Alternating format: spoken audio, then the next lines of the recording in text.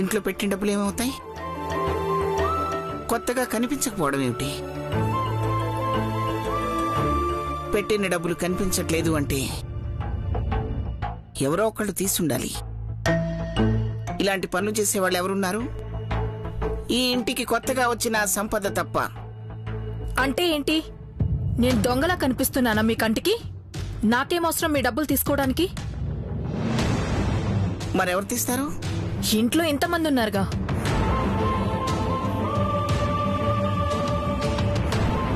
అలా చెప్పకుండా తీసేవాళ్ళు ఎవరూ లేరు.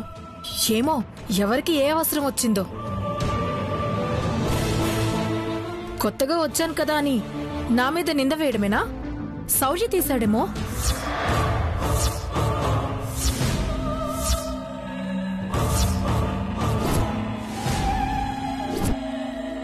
సౌర్య ఎందుకు తీస్తాడు? ఉద్యోగం లేకపోయినా అవసరాలుంటాయి కదా.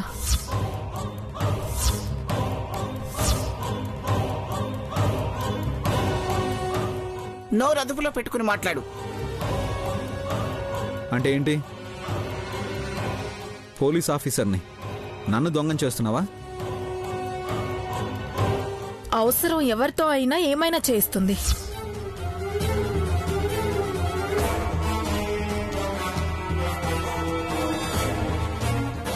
నోర్మయ్, ఇష్టం వచ్చినట్టు మాట్లాడావంటే నాలుగు చీరేస్తాను. నువ్వు ఉండదమయంతి, కోడల్ని మనం ఏమి అనకూడదు. అది మాత్రం ఏవైనా అనొచ్చా? నానమ్మా, మీ అందరికీ బట్టలు తెచ్చాను.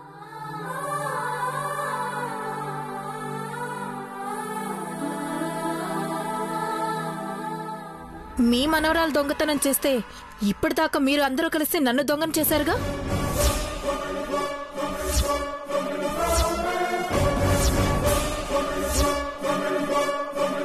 ఎవరిని పట్టుకుని దొంగ అంటున్నావు? కళ్యాణి గురించి తప్పుగా మాట్లాడావంటే పళ్ళు రాలగొడతాను నీకు. మరి ఇప్పటికిప్పుడు తనకి ఎక్కడి నుంచి డబ్బులు వచ్చాయి ఇంతమందికి బట్టలు తీసుకురావడానికి? ఎక్కడి నుంచో ఎందుకొస్తాయి? నెలంతా కష్టపడ్డాను కాబట్టి నా నెల జీతం వచ్చింది. నాకిష్టమైన వాళ్ళ కోసం బహుమతులు తెచ్చాను.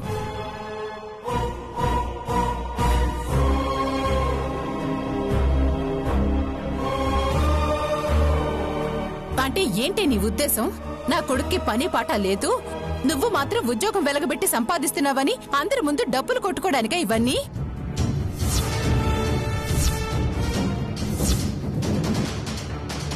నాకు జాబ్ లేదని ఎవరన్నారు?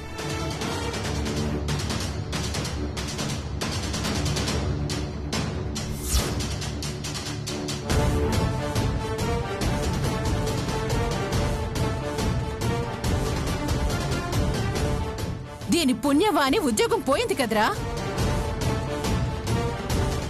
ఈ ఇద్దరి దెబ్బకి నీకు మతిగాని పోయిందా ఏంటి? నా జాబ్ గురించి చెప్పకూడదు కదా, అనవసరంగా నోరు చారాను.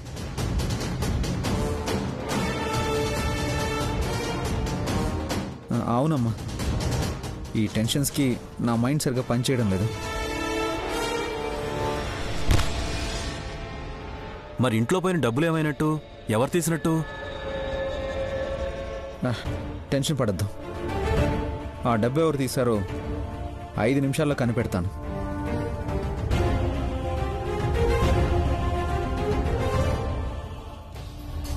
ఎలా? అమ్మా, నువ్వు డబ్బులు ఎక్కడ పెట్టావమ్మా? ఇదిగో ఈ బ్యాగ్లోనే పెట్టాను సౌర్య.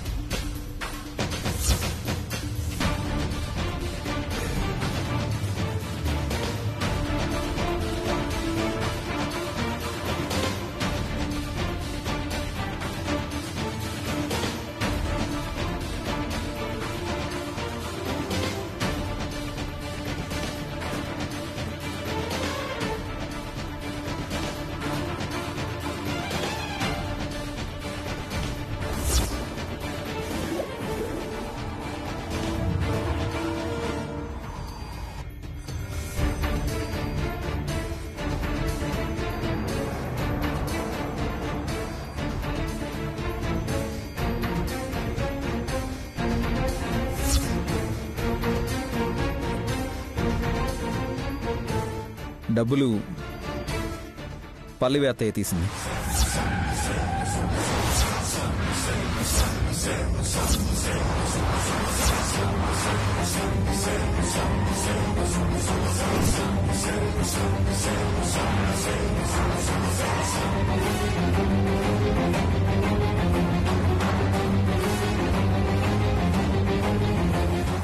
నేనా? అయినా నేనే తీశానని ఎలా చెప్తున్నావు? ఈ బ్యాగ్ స్మెల్ చూడత్తయ్య, నువ్వు వాడే పెర్ఫ్యూమ్ వాసనే వస్తుంది.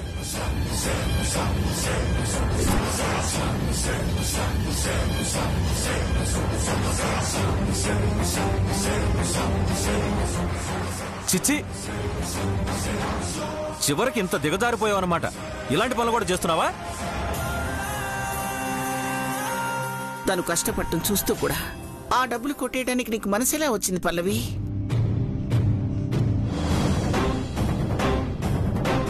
ఇంటి మనిషి అయి ఉండి పరాయిదానిలా దొంగతనం చేయడం ఏమిటి?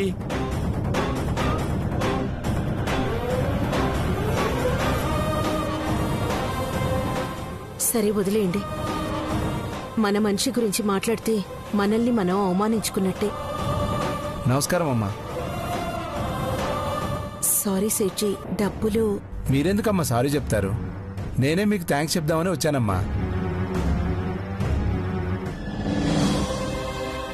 మీరు కట్టాల్సిన డబ్బులు మొత్తం మీ అమ్మాయి కళ్యాణి కట్టేసింది.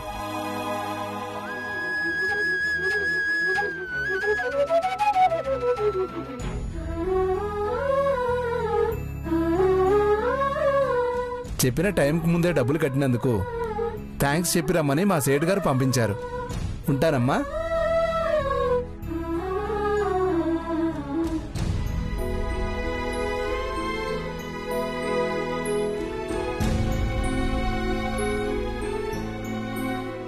ఏమ్మా, నాకు తెలియకుండా నా కాలేజ్ ఫీజు కట్టడానికి అప్పు చేశావు.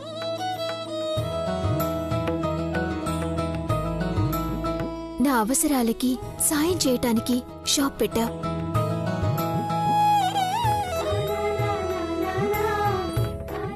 తల్లిగా నువ్వు చేయగలిగింది నువ్వు చేశావు. కూతురిగా ఇప్పుడు నేను చేయాల్సింది నేను చేశాను. నీకే విషయం ఎవరు చెప్పారమ్మా? ఎవరు చెప్పలేదు. నీ గదిలో కనిపించిన ఆ అప్పు తాలూకా స్లిప్ చూశాను.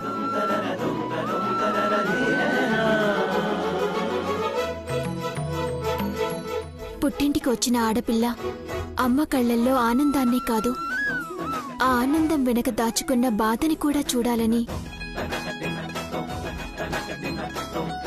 నాకు ఈ రోజే అర్థమైంది. ఇంకా నేను నీకెప్పుడు భారం కానమ్మా.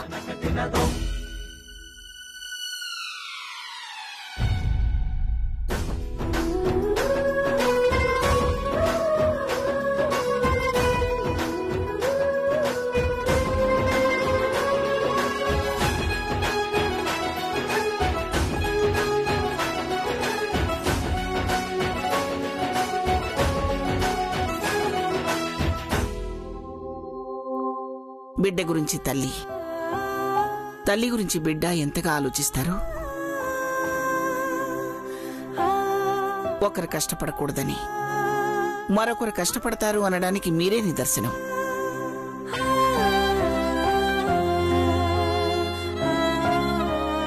నువ్వు భారం ఎందుకు అవుతావు? పుట్టింటికి చేరావు, తెచ్చింది తెచ్చినట్టు అమ్మ చేతిలో పెడుతున్నావు. ఇంకా భారమేముంది? ఉన్న భారాలన్నీ దిగిపోతుంటే.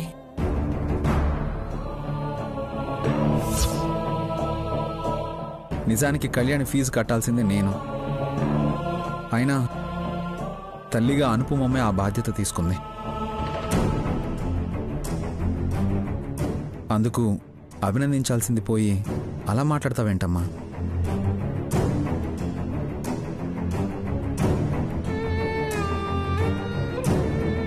అదేంటోరా నా కర్మ.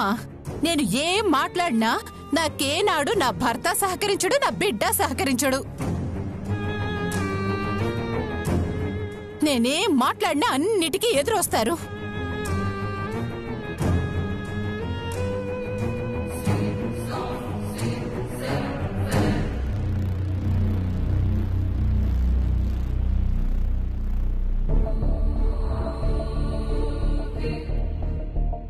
అత్తయ్య, మీ తమ్ముడు ఇక్కడి దాకా వచ్చాడని తెలిసాక నిన్ను కూడా అనుమానించాల్సి వస్తుంది.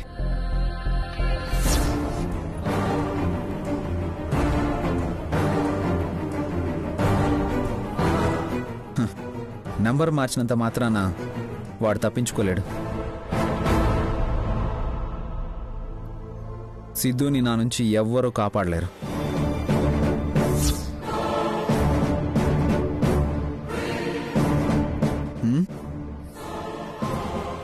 సంపద, కోర్టు నుంచి ఇంటి వరకు వచ్చావు.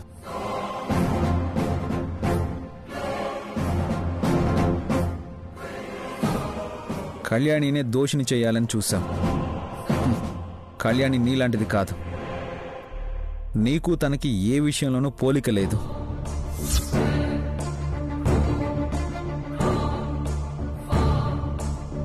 తనతో సమానంగా కాదు కదా, కనీసం తన దగ్గరకు కూడా నువ్వు ఎప్పటికీ రాలేవు.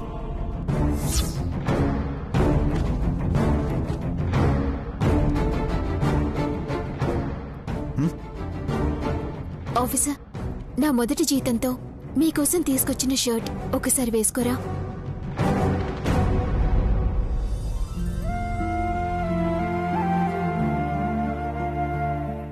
Thank you Kalyani.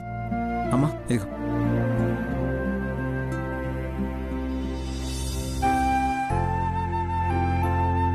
నేను సిద్ధుతో తిరిగితే తప్పు అన్నారు. మరి నువ్వు మా ఆయనతో తిరగటం తప్పు కాదా?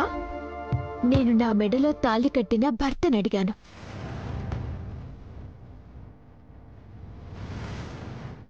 నీలా ఒకరితో కట్టించుకొని మరొకరితో కాదు.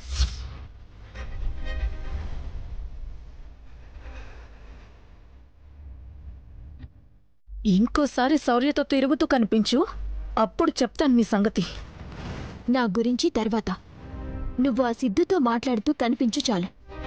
నీకంటూ లైఫ్ లేకుండా చేస్తాను. నేను కాదు, కోర్టే చేస్తోంది.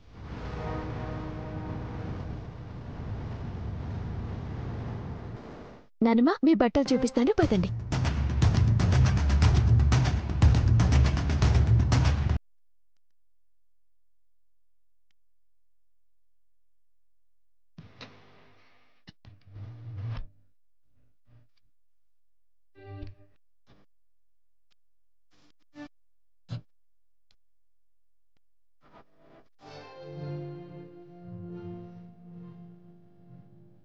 ఎలా ఉంది ఆఫీసర్?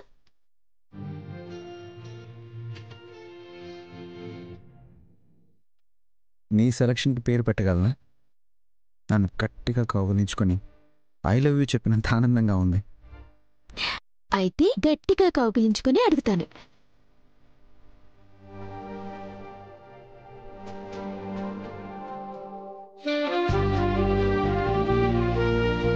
ఇప్పుడెలా ఉంది? కౌగిలించుకుంటే సరిపోదు, ఐ లవ్ యూ కూడా చెప్పాలి. ఎన్నిసార్లైనా చెప్తాను. I love you. I love you two. I love you. I love you. I love you two. I love you.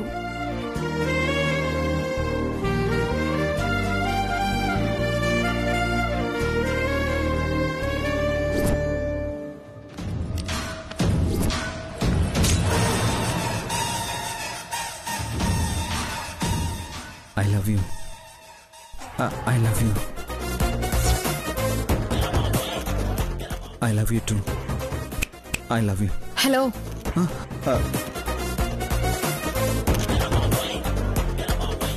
ఏంటిది? ఎడబాటు కూడా సుఖమని ఓ పాట గుర్తొచ్చి ఫీల్ అవుతున్నాను. మరి ఆ ఐ లవ్ యూ ఎవరికి? మనసులో ఇష్టమైన వాళ్ళకి. అంటే ఆ కళ్యాణియే కదా? అలా ఎందుకు అనుకుంటావు? నువ్వే అనుకోవచ్చు కదా.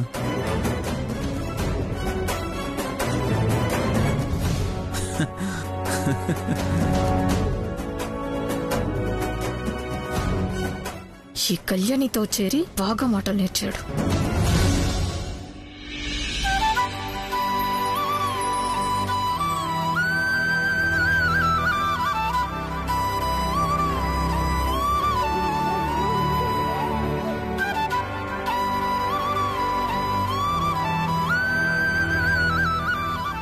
ఎలా ఉంది? చాలా బాగుంది ఆఫీసర్. నా దిష్టి తగిలేలా ఉంది.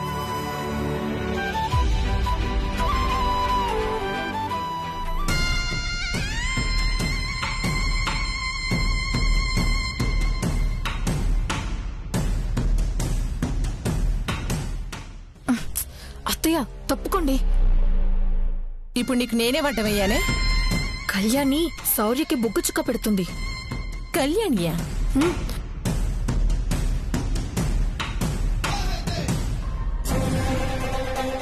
ఎలా ఉన్నాను?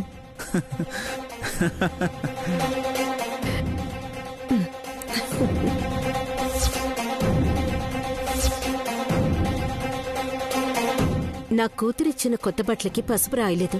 అందుకని ఇదిగో పసుపు రాసి ఎక్కడ దిష్టి తగులుతుందో అని దిష్టి చుక్క పెట్టాను.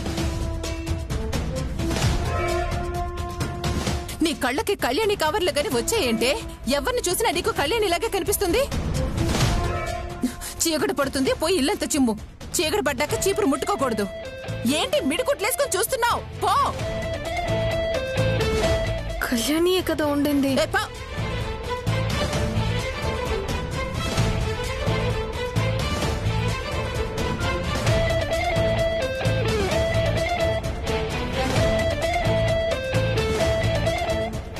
నిన్ను కాపాడ్డానికి అడ్డంగా నిలబడ్డానని అనుకోవద్దు.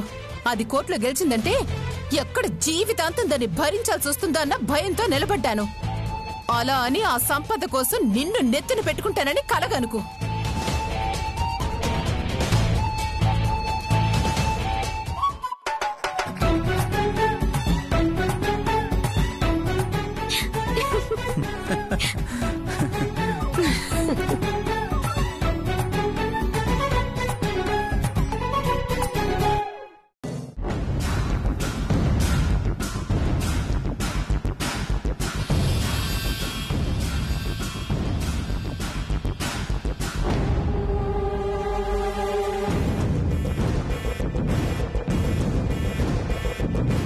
ఒరే, ఇంక నా వల్ల కాదు ఈ చెట్టు కింద కూర్చునే బతుకులు. అమ్మా కాస్త ఓపిక పట్టమ్మా. ఆ శౌర్య కళ్యాణి దొరికారంటే మన పరిస్థితి మారిపోతుందమ్మా. ఏంది ఇంకా కలలు కంటున్నావా సిద్ధు? నా మటుకు ఆ శౌర్య కళ్యాణిలు దొరకటం అయ్యే పని కాదు. ఎందుకు వచ్చిన బాధ చెప్పు? ఆ అబ్బాయితో గొడవ పడి ప్రాణాల మీదకి తెచ్చుకోవడం అంటే ఇప్పుడేం చేయమంటావమ్మా? ఇంకా చేయడానికి ఏముంది? మన మొహాలు తెలియని ఊరికి పారిపోయి హాయిగా అక్కడన్నా బతుకుదాం. అంటే వాళ్ళ చేతిలో ఓడిపోయామని ఒప్పుకొని పారిపోదామంటావా? ఇట్లా చెట్ల కింద పొట్ల కింద బతకడం కన్నా అదే నయం కదూ. ఈ సిద్ధు ఓడిపోడమ్మా. ఎలా అయినా సరే ఆ కళ్యాణిని శౌర్యాన్ని దెబ్బతీస్తాను. వాళ్ళ దగ్గర మనకు కావాల్సిన డబ్బు బంగారం మొత్తం వసూలు చేస్తాను. అప్పటిదాకా చెట్ల కింద కాదు, చెట్ల మీద బతకడానికైనా నేను రెడీ. ఎనర్రా నువ్వు ఆ అమ్మ ఎవరి మాట ఎనరు. సరే, నేను వాగి నా నోరు నొప్పి తప్ప ప్రయోజనం ఏం లేదు గాని నా కడుపులో ఎరుకులు బరిగడుతున్నాయి. ఓ బిర్యానీ తెప్పించు. అందుకే సిమ్ మార్చింది, తెప్పిస్తానుండు. ఏంది ఇక్కడ కూడా తెచ్చిస్తాడా? సిగ్నల్ ఉంటే అడవిలో కూడా తెచ్చిస్తారమ్మా.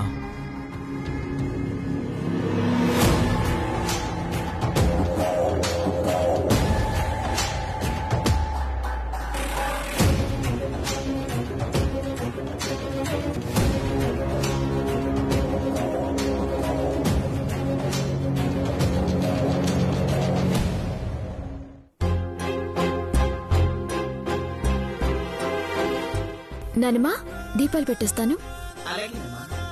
ఎవరికోసం ఈ అలంకారం?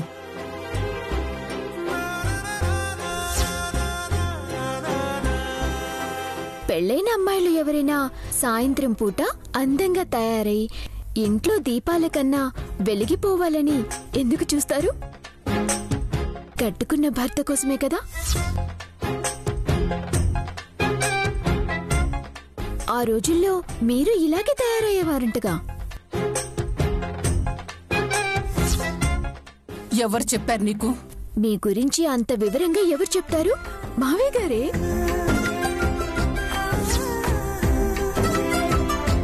నేనా? నేనెప్పుడు చెప్పాను కళ్యాణి?